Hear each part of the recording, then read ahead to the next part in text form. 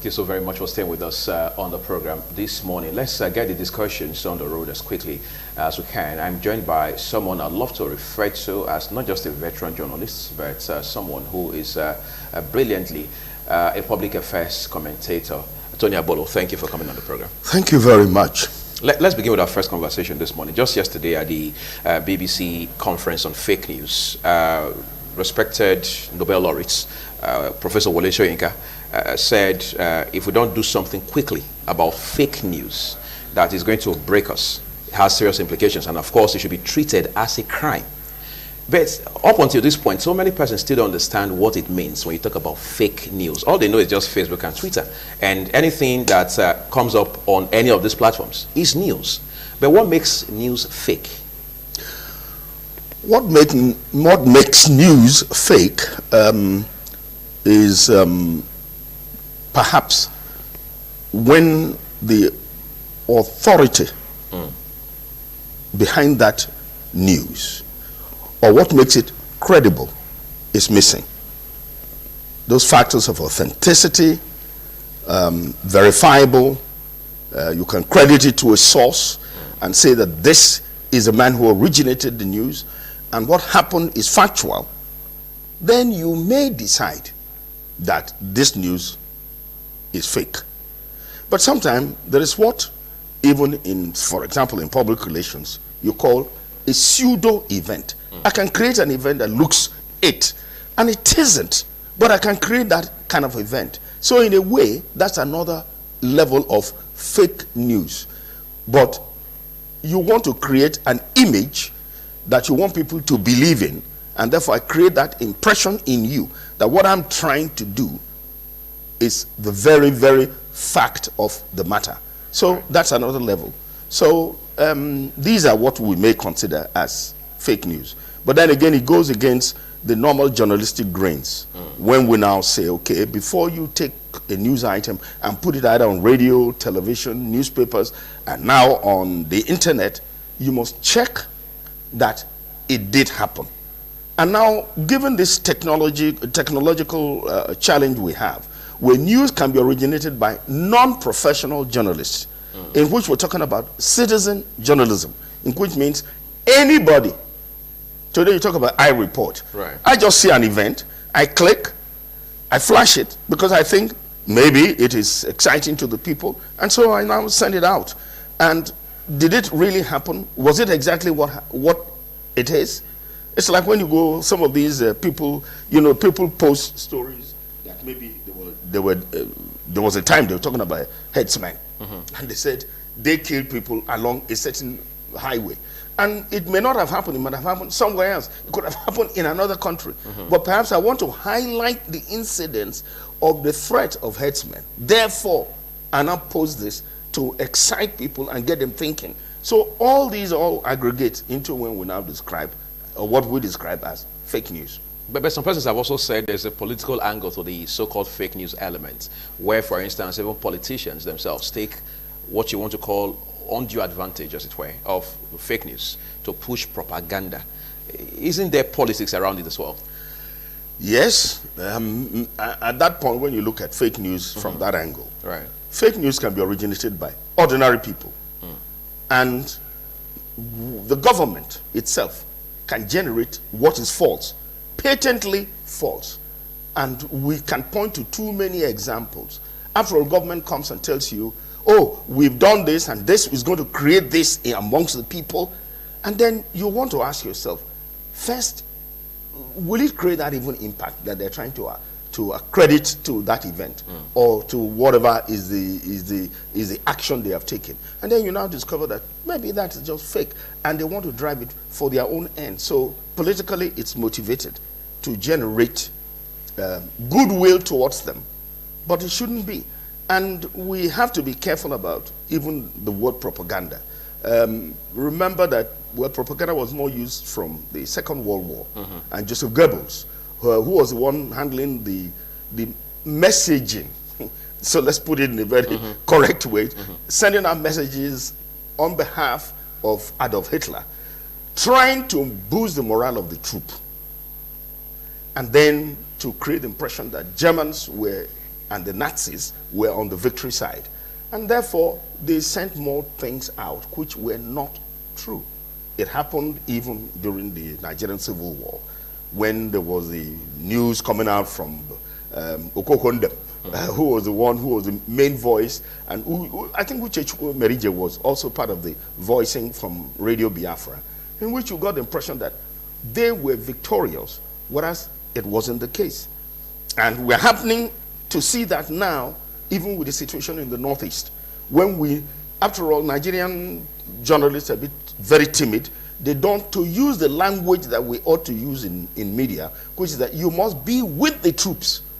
See it physically yourself as a journalist, not as a soldier, but as a journalist, reporting the event in whether Baga or Kunumbali or Kotunga or whatever it's happening in the Northeast. If you are with them and bring the news, then we may be able to know whether it is even sourced correctly, assessed correctly, and reported faithfully. But what happens? You are waiting for the military high command. You are waiting for the brigadier, who is the spokesman for the army, to be telling us. Now, how do we know whether that is the truth? Because we've seen it in this Baga. Suddenly the army said, oh, why? They went to arrest Daily Trust. And they said, that is fake news, Abi. That's what they were saying. But what happened? After they said nobody took Baga, then you now get a report saying the troops are getting ready to retake Baga. Do you retake what didn't happen? So who is spreading fake news? So we have a history of military operations and reporting, and you find that I've given you 3 levels. One was the Goebbels, which is the Second World War. Then we have Biafra. Then we have a current situation. So fake news is also being generated by even government people. Even beyond your very brilliant analysis now, you still realize that fake news as a subject has become more topical in very recent times. Yes. Why do we have that? Is it because of the... No, we have to look at technology. Improvement of technology. Yes, we have to look at technology. Now, when you can upload anything and send it around with the speed practically, to use the word of Bill Gates, moving information across through digital nervous system with the light of speed. Right, what happens? So, or with the speed of light. Now, so what happens is, people are able to send news anywhere. Journalists cannot be everywhere. So we're also relying on the ordinary people to update us. But then the issue is, what is the motive? It is the motive that you must worry. The technology is there, but what is the motive? Do you want to inform people? We talk about the basic things of journalism: informing, educating, entertaining, inspiring, advocating. Those are the primary roles of the media. But now, if people go beyond those intentions and they just want to generate fear or generate affiliation towards certain causes, they just generate anything they want. And of course, because you are sitting down in your house, you get a Twitter or you get something on your WhatsApp, and you say, gosh, what has happened? Is it true? You know, and then you just begin to believe it. But then again, I want us to link it with our cultural habits, which is that we are still a primitive society. And until people even realize that, even in the 21st century, we are still in the 13th century. Forget it. What 21st? We're not even there. 21st? What 21st? We are still primitive people. Now, let me tell you, we believe in cults. C-U-L-T. And until, again, people realize that that is where we are, the level of behavior. And when you are in a cult, only cult members have the information. And therefore, we've carried that from the old traditional society into where we are. We're not in a modern, we're not in a postmodern. So don't waste your time thinking we're in the 21st century. So because of given that behavior, when people go into government, they don't divulge what they are doing. And because of that, when I don't get information, remember that human beings thrive on information. So you're likely going to speculate? Absolutely. Speculate and even spread rumors. And that's the kind of thing you get angry about. I mean, government tells you, why are you spreading fake rumor? You are creating instability. They themselves generate what creates instability. And then they now also accuse us. So if government is more open than they are, truthful than they are, then fake news will be on the lesser side. And of course, propaganda is also part of the element. Maybe they're also sending that because they want to send propaganda to generate the kind of goodwill that ought not to belong to them. But again, when we talk about government and propaganda, don't forget that even the private sector can be involved in propaganda, not just government. And now when you talk about competition and demarketing of competitors. Right. That is spreading propaganda, because you just want your opponent defeated and out of the way. So you send, that is what, in inverted commas again, are fake news. So that happens. Then again, we must look at the element of corruption that is so embedded in our behavior. I'm not going to put it, say government or no government, but because of corruption, whenever things happen, instead of you to admit the truth, or if anything happened, maybe the governor did something wrong that I regard as morally wrong, right, or beneath the position of a governor, and if I as a journalist reported it, they will come at me and want to ask me, why should you report such an event? I'm going to allow you push this narrative a bit further, but we just want to take a quick break at this point so we can introduce a second guest to make this conversation on the program a bit more robust. Stay with us. TMI, every opinion counts. Thank you for staying with us. Sadly, we can't bring our second guest on the show for technical reasons. So we're just going to have to continue this discussion with Tony Abolo. You were making a very salient point a while ago. Yes, I was talking about the fact of corruption as an element. As an element that is fueling fake news in our society. And I was saying, with corruption, people like to hide whatever they have done in the public glare. And consequently, they want to lie about it. And usually it's about, more often than not, public personages and politically exposed persons who, because of whatever they may have done, would rather that the media does not turn their spotlight on them because it embarrasses them. If, for example, there was an incident of a governor of a state or even the president of a country having an affair, there's a celebrated case in Britain called the Profumo affair. If that ever happened, and Profumo had to resign.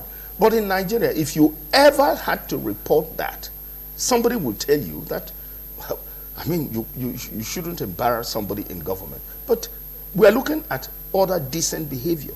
And so when sometimes people do corrupt things, they don't want the media to ever report them. And consequently, they will either send a fake press release to cover their tracks, or tell you it didn't happen and that it was a figment of imagination of that journalist.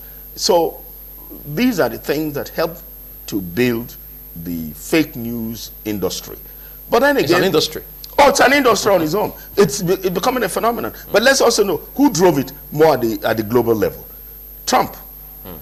Because Trump, who behaved a bit like Richard Nixon in America, who felt that the media were anti-him and didn't want him to be the president, because that's exactly what even led to the Watergate scandal. But that's at another level of storytelling. Right. But coming back to Trump, he felt that the media didn't like him, didn't want him to be the president. So he now said, anything you say about me is fake. So he started this business of fake news, and what again he now brought into journalistic terminologies, alternative facts. And that's an incredible thing to say, which means if you are saying what I don't want you to say on what I don't believe you're saying, you're producing alternative facts. So I now produce my fact. So my facts are alternate to your own. So when the era of bringing out facts that you don't know where is the truth. So I can call yours fake and you can call mine fake. So it's mine against yours. Yes, and so that's why I call it an industry. But then again, the lucky thing we can say about issues of using the internet and spreading fake news is that there's technology, again, to check. It's like, actually, the Israelis were the first to advance this technology through the PayPal payment system. Right. If you are sending something that was fake and it is not trusted, PayPal will be able to detect it anywhere in the world. And we have moved that technology into checking sources of news. And so just like you use GPS to check location of anybody, we can get to know where this news is originating from. What are the circumstances around that news and whether that news can be credible, believed or not.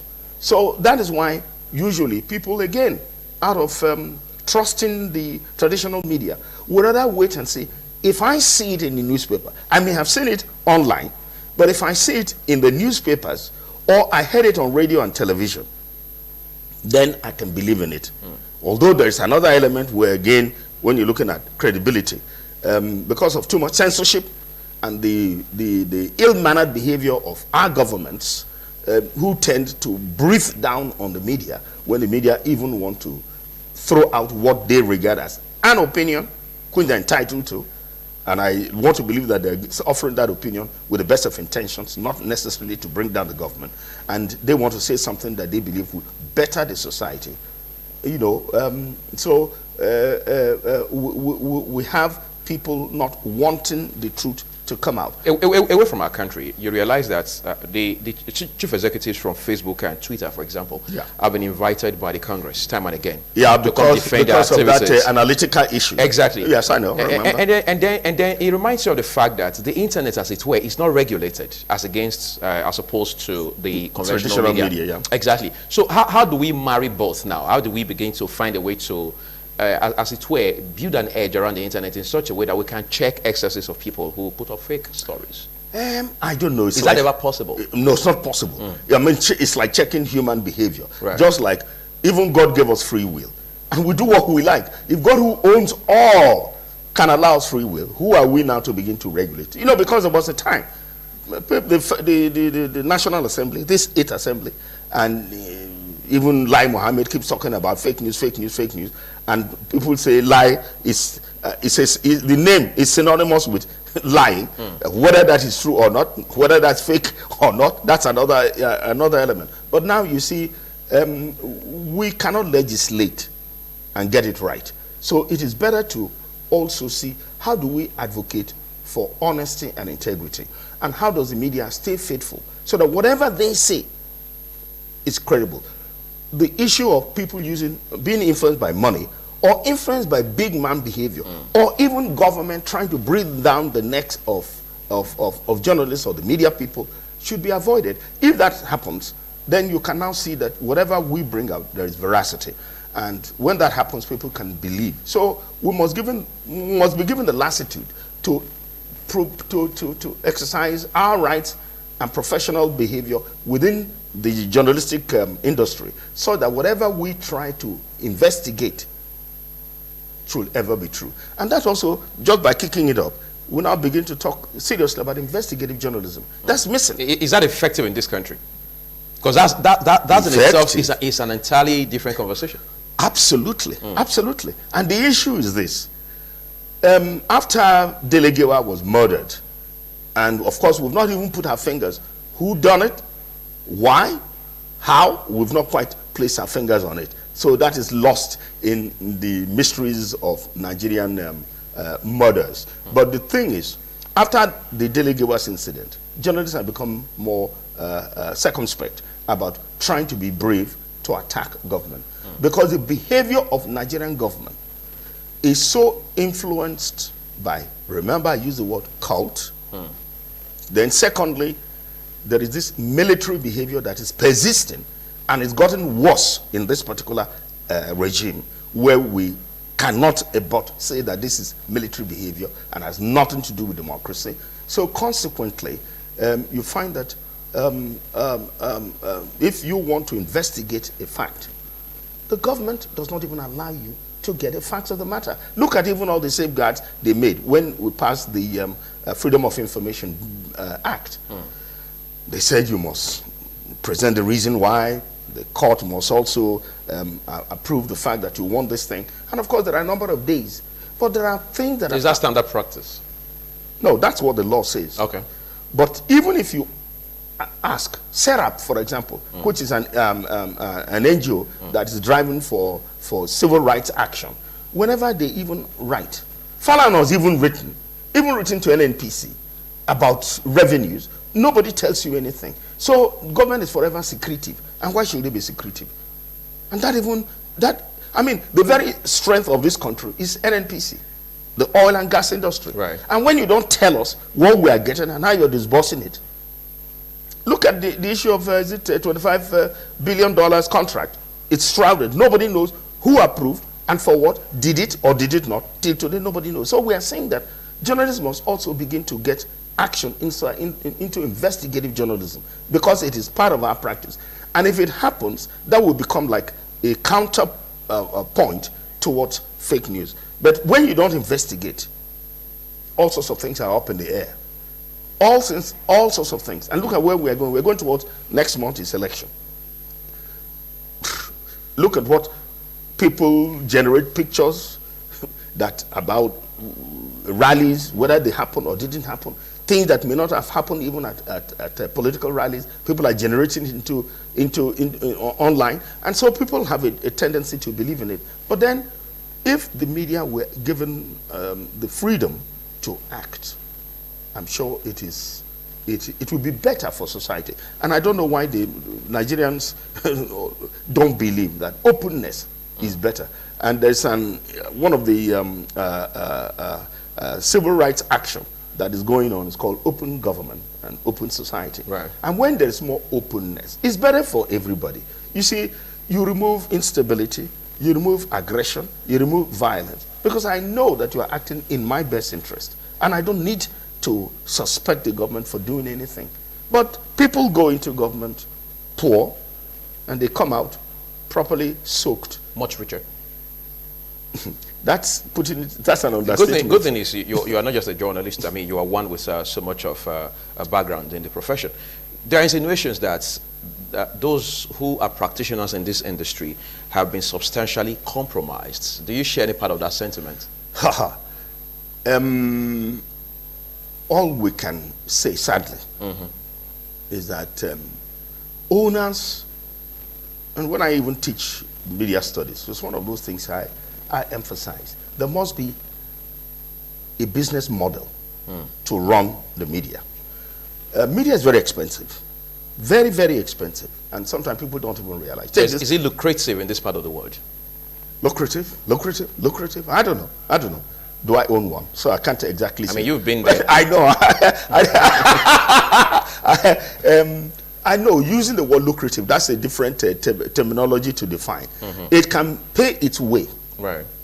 But lucrative, it's in a different climb.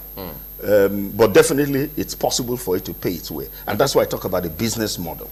And because we don't run a real business model, it creates the other situation where those who work in it have to look for other means to survive. Right. And it's tragic. That's all I can say. It's tragic. Because it's so easy to talk about the print, where you can turn the leaves of the newspaper and you see advert after advert. Some of those adverts per page is about 500-something thousand. So you can add up and see millions every day. Yet workers go without pay. Then you ask yourself, what the heck is going on? And when those who work there have to go sourcing for news, and you give them a brown envelope, the traditional brown envelope, then the guy must feel a little touched that I cannot say something negative. And Nigerian governments are not even any better, because in the name of, they want to be good, they want to be nice, by even allowing to entertain you as a journalist. It shouldn't happen. You know, people are taking it as the norm, and it isn't the norm. You know, growing up in the media, just like the old legal profession, judges, you don't see judges outside. Judges don't attend parties with ordinary people. So they essentially didn't have social life? Oh, they had a social life, but of a kind. Okay. The reason is, you don't want a judge to mix with ordinary people, so that if their cases came up in court, then you're my friend. So I begin to tilt. I'm a human being. That was how also journalism was. We must report government, but don't be so close and intimate with government. You know, and this is a major issue we have to address. That is the reason why when you now talk about compromising, when you are compromised, what happens? That's when perhaps you can link it to what we started with, fake news. Because what you're now going to come up with is fake. It's not the truth. And incidentally, it's not only in this country, we must confess. There was a major inquiry 2 years ago in the UK by Lord Levinson, who had to look at the relationship between politicians, the police, the politicians, and the media. A major inquiry, and have the report. And I tell you frankly, it was troubling because it's almost, you read some portions and it sounds like as if you're reading about Nigeria. And we are now saying, just like they want to upgrade their standards, we ought to upgrade our value system. And that's even beginning to trouble me. You know, talking about values, you know, it's a serious issue. What are those things that drive a society? It's values. Values make the culture, and the culture drives the society. And what do you have? The values we have are variegated. Just before we close this first discussion, yesterday in Abuja at the BBC conference on fake news, I made reference to Professor Wole Soyinka a while ago. And then again at that event yesterday, he strongly recommended that fake news should be treated as a crime on the one hand. Then on top of all that, he says Nigerian government can take advantage of a part of the constitution that deals with slander and so on and so forth. Exactly. That's a possibility. Of course, yes. The laws are there. There's nothing unusual because so we have to activate them. They're there. Slander is there. Libel. Laws are there. Cybercrime. They're all there. So there's no need talking about fake news as if it's anything new. Right. Once you activate them, and again, let the law act in the way that image of justice is. Blind, with the scales, weighing and being fair on all sides. Which means, even if it's something that has to deal with somebody in government, so let it be. Let somebody in government fall. If it's got to be the ordinary person, let the person fall. So, that I think is where we ought to go. So as we go into the 2019 election, what are the implications of fake news that we should be mindful of? Oh no, we should be, the journalists ought to be more professional. That is, like we say, the standard rule in journalism reporting is that if in doubt, remove. If in doubt, don't publish. So, if we're not sure of what we're saying, then don't publish. And if you must publish, and you think you can go the whole hog and stand against the government, maybe like Adeyanju or the guy of independent newspaper who had to report certain things about the federal government and Boko Haram. Right. You must be ready to take the heat and be ready to go through it. And if we do it, because you see, unless there's sacrifice, we're not going to move beyond where we are. But people must be able to stake their necks in order to get the society to move. Including journalists. Absolutely. All right, so at this point, we're going to switch to, we're just going to switch to our second discussion on the program this morning, which of course has to do with internal politics in this country and how political parties conduct themselves in-house. Let's talk about internal politics. We're a politicking nation, we can't take that away. Plus, the election here is upon us already. A lot of political parties don't seem to have gotten many things, several things right, and it just plays out almost every other day. What exactly is wrong with our internal structure where politics is concerned, especially within the partisan arrangement that we have in this country? Because some persons have said it's time we looked beyond political parties. That may be possible, but as it stands today, as of now, we are stuck with the parties. So how do we reconfigure, as it were, the political parties? You know why I'm laughing? I'm sure I'm going to go back again to values. Right.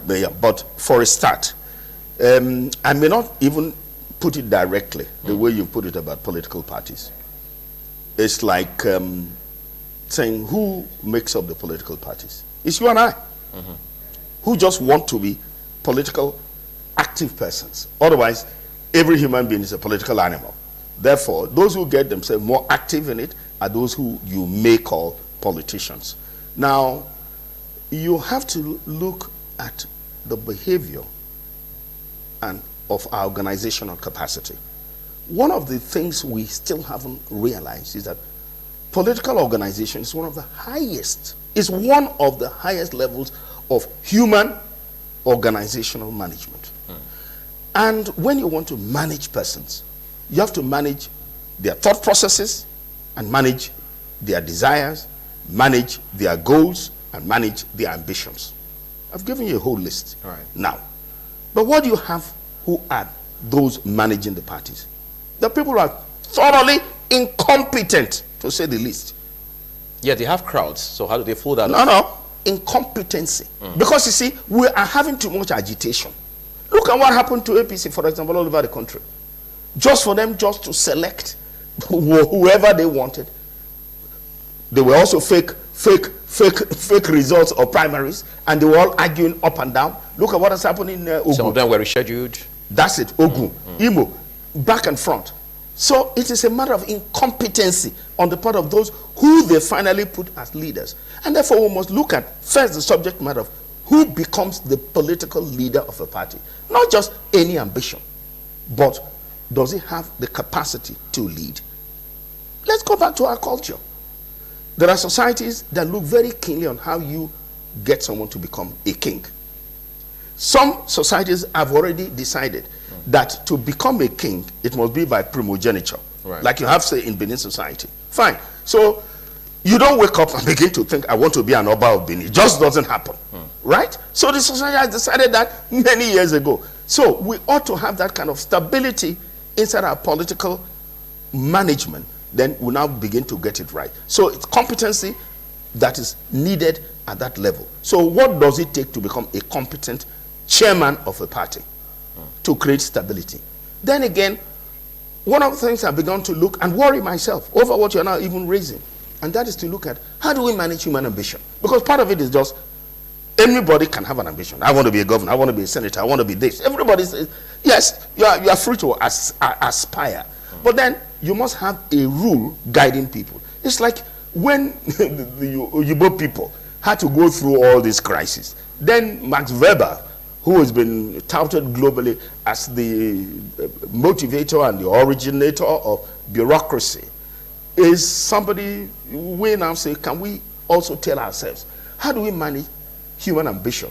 Or the Nigerian persons who go into politics, how do you manage the ambition so that we don't go at each other's neck, all because somebody wants to be a governor? You know, this is where they talk about godfather. A godfather says, okay, you go, now you wait. I'll move you next. I'll move you next. I'll move you next. That's order. But when people break the order and begin to have vaulting ambition, inordinate ambition, then you now begin to have crises that you are now having. Otherwise, why should we be at each other's neck? Then again, leads me to look at one of those elements we've not quite perhaps spoken loud enough about: ideology in our politics. People have said, and I used to have that tendency until I did more research and inquiries, and I tell you frankly, there's ideology in Nigerian politics. Right. That's strange to many people to hear. And what is the ideology? Ayo Faisha has already defined it in the simplest terms. Stomach infrastructure. Whether you are a president, you are a governor, you are a House of Assembly, you are a councillor, stomach infrastructure. That's the priority. I don't know about priority. That's what is driving the policy. That's why I call it ideology. So it is to fill their stomach. And we, the people, are also worried about who leads us, about how do we also fill our stomach. So it's about economy. So economics is the basic underlying fact driving our politics. Therefore, those who go into politics must look at, must everybody be a politician? Just like you say, can everybody be a lawyer? Can everybody be a doctor? Must everybody be a politician? Because that's the only business they are creating. Why don't you develop the economy? If I can make 40 billion in my private life, never mind that the gaffe, I really call it a gaffe, that happened with Dangote and being called into the APC presidential council. With all the stories not being told, but definitely his name coming on, there is something sneaky and suspicious. But in any case, if I'm making the kind of money Dangote is making, what the heck do I need to want to be the president of any country when I can be anywhere and I mix it with anybody in the world? But we haven't even addressed the economy, and therefore people are so poor, and therefore there's aggression. That's what you've introduced inside our politics. I've given you all those things so that you begin to look at it carefully. Competency at the level of whoever you want to call the chairman of a party. Secondly, we ought to all address the ambition, the greed, the needs of those who come into politics, and then we have to address the economy. When we address all this in a very intelligent manner, then our politics will not be as chaotic and as violent as it has been. Has God's fatherism been a blessing or a curse for our policy? Because it appears it's a strand of the whole arrangement you can't take away. It is necessary. Because politics has to have an order. And even one of those things that Obasanjo even introduced inside our politics, which people have not realized, because I had some intimate conversation with somebody who will know by making the president the leader of the party, there's an error. By making a governor the leader of a party is an error. A management error. You see, that destroyed the supremacy of the party. Because everybody runs to the governor. The governor has the challenge of leading the government, not leading the party. Let the chairman of the party lead the party. That creates a big break between the party and separates it. The party goes for power and uses the power, installs the government, then leaves that whoever is in government to run the government. So in any case, going back to what you're saying, I want to assure you that godfatherism is not a bad thing. Because even in advanced climes, there's what we call hacks. There is a caucus, an inner caucus that decides. You may not see it, you may not know it, but you must also bow to call it the godfathers.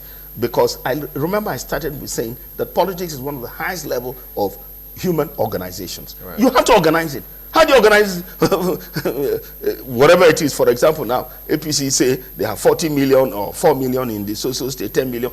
How do you organize such people? You need capacity, and therefore, if you are able to do that, and whoever is able to do that is a kind of a godfather to create order and stability within the party. So godfatherism has always been there, even in the days of Azikiwe, NCNC, Action Group, UPN. So it is not a new phenomenon. After all, why were people deferring to Awolowo? Why were people deferring to Ahmadu Bello? After all, Ahmadu Bello was sitting up there in Kaduna and sent Balewa to Lagos to go and be the prime minister. So he was call it the Supremo. And so he was leading.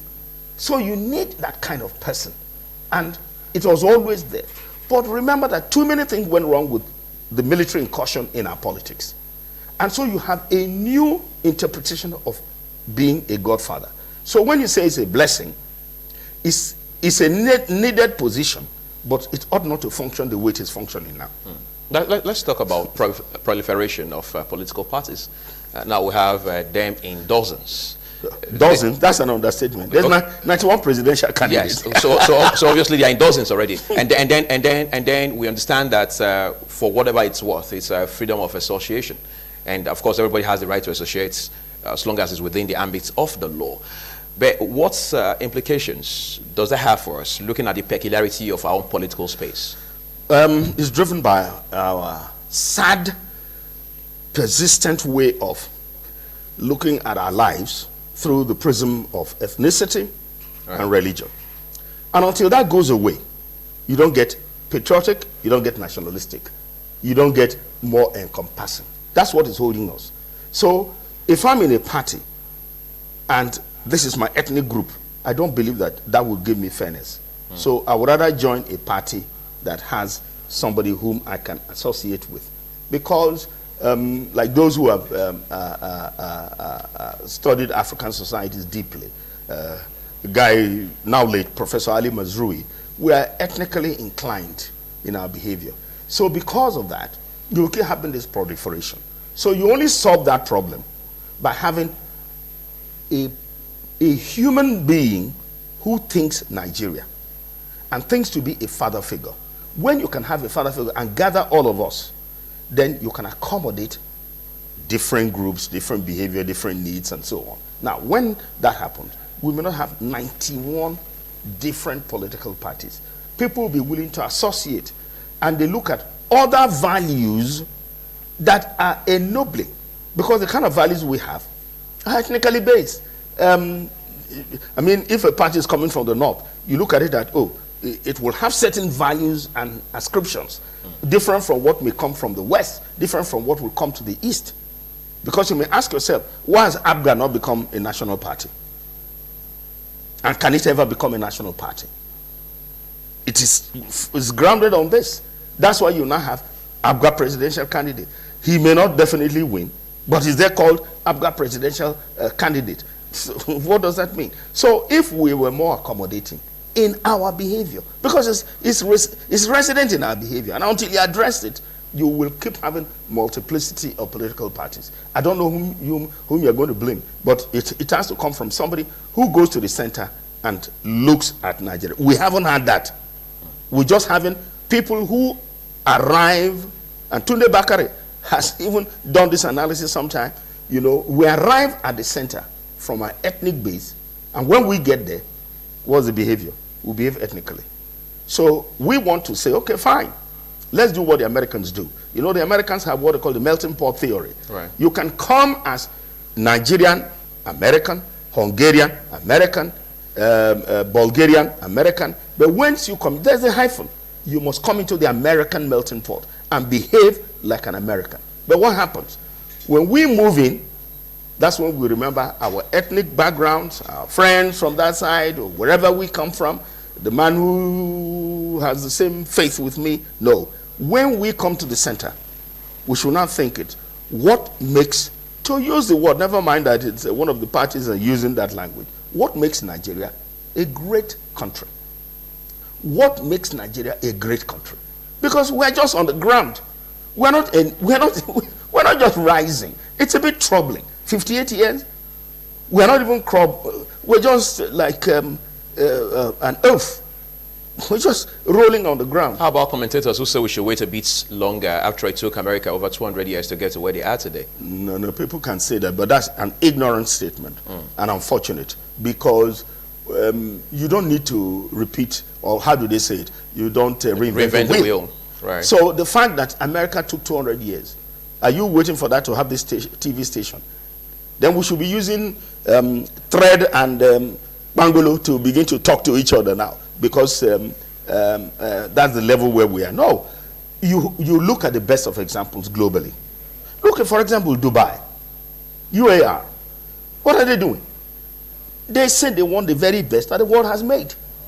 Today, the Chinese are looking at what the world can get. So they send their young people to Ivy League universities in the UK, in America, to go and learn artificial intelligence, robotic engineering. These are the things they're doing to get themselves ready. So we ought not to begin to say that it took them so long. No, it is the weak people who enter our politics, who incompetently, and I can repeat that word too often, get themselves in our leadership, that think we must take our time. You mentioned two things a while ago. You talked about being nationalistic. Yes. And then patriotism. Yes. Those have been weakened, haven't they?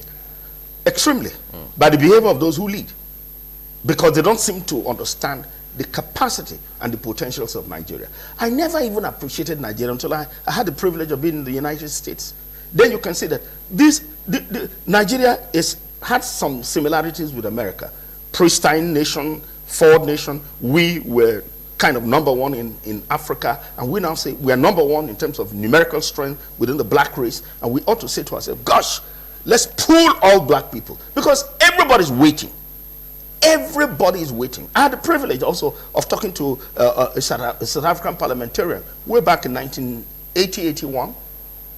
Then apartheid hadn't fallen, but I had the privilege of being there. Now, I tell you frankly, I was talking to a parliamentarian, Mr. Darling, who was telling me that the reason why they have not handed over power to the black man in South Africa was because they were looking at two examples, Zimbabwe and Nigeria.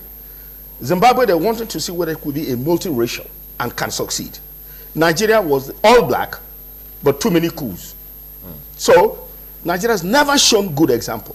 And even today, look at our foreign policy. Whom can we influence? Can we shout even on Chad? Can we shout on Cameroon? We can't. There was a time Nigeria could shout from Lagos, and somebody will hear it in Angola. Somebody will hear it in Mozambique. But today, can we shout? No way. So we ought to go back and begin to look at ourselves. We are weakening.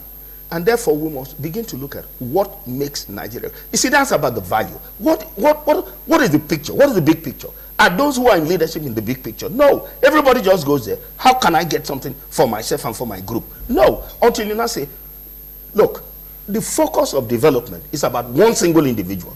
If you miss it, you miss everything. You, Uyi, as I look at you, if I was a governor, my job is, if Uyi made a complaint, it ought to touch me. I should not go to bed if Uyi is hungry. Can Uyi be the best that he can be? When I look at that, then that I'm acting as the governor. I go to the other fellow the same way. So that is like you are father of all the children, and you love all your children. That's what a leader ought to do, and that will ennoble us and create genuine love. Look Look at what America does. Everybody keeps looking at the example.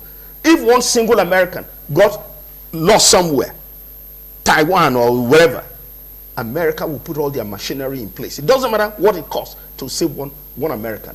When you come back, why wouldn't you love your country? But what happens in Nigeria? We don't look after mad people. And nothing touched me like an opportunity I had in visiting somewhere, a cemetery in the UK. You go to a cemetery, you can sit down, it's relaxing, it's like a garden, you can have coffee.